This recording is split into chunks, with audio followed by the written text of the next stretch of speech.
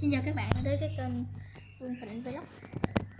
Hôm nay chúng ta sẽ làm món, nay mẹ mình làm món bánh tét chiên bột cùng với rau sống, nước mắm, bánh tráng. Mọi người nước qua rau sống. Làm thử một miếng trước nè.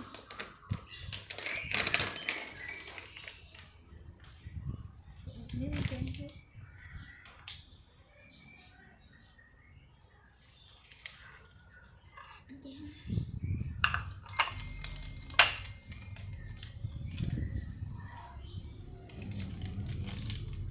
Đây một miếng bánh tét rồi các bạn.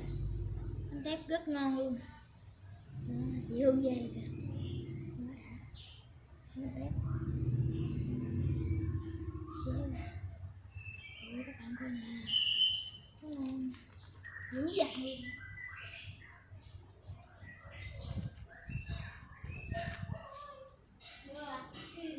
Ăn bánh tét này mấy đứa. Ui thơm quá. Thơm nha. Bánh tét. Bánh tét có chưa? Đây nè. Đang làm hả? Muốn ăn miếng thịt quá à. À nhà muốn ăn miếng trứng của ăn nha. Đi. Này nước mắm nè. Bánh này múc cho lo từ từ. Nào cũng có phần. Đây, ta tự múc cho ta. Thôi, đem vô.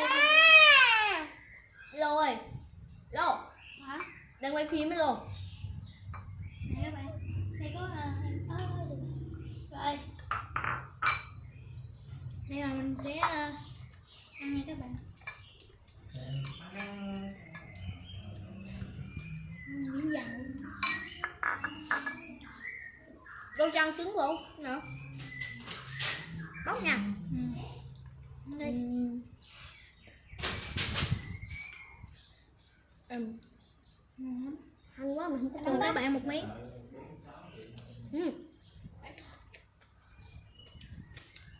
Các bạn ơi. Vị ngon quá các bạn ơi. Rất ngon. Cái lượng gì đang đứng ra vậy? Dạ.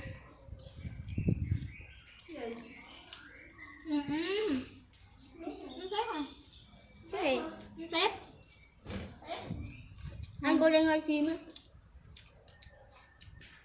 Ăn là dương nè. Ngon quá bạn. Hấp dẫn cô. Ủa mấy cái sợi dây này là cái gì vậy? Cô mấy sợi dây này là cái gì vậy? Cái đầu con tép á. Đầu của hả? Cái này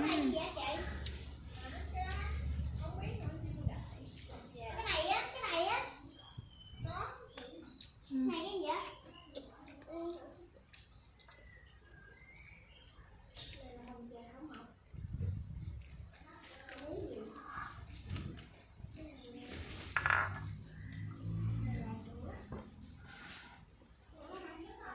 ngon.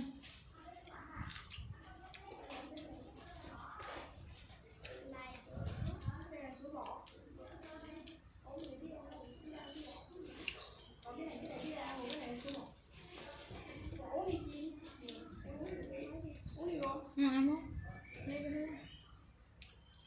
Chị uống đi. Ngon quá các bạn. Đây mình sẽ ướp với bánh tét không. Đây. Ngon hả các bạn? Đây nước mắm này các bạn. Nước mắm. Bánh tét đó chứ không phải bánh tét.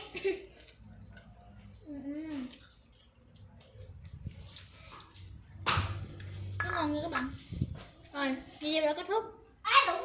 Tôi chưa ăn được cái gì? Có trà sữa đó kìa. Sữa vô luôn. Đúng rồi. Cái chân trâu nè. Còn không? Luôn ơi. Còn cái không? Còn ở trển. Ở trển đây, lấy uống đi. Rồi. Mấy cái này nè. Chị Hương cho hả? Mấy cái này nè. Không phải là trà sữa mà vị nó siêu giống trà sữa luôn á. Cô uống là cậu khỏi phải. Rồi, video của mình tạm dừng nha các bạn. Cảm ơn các bạn nha.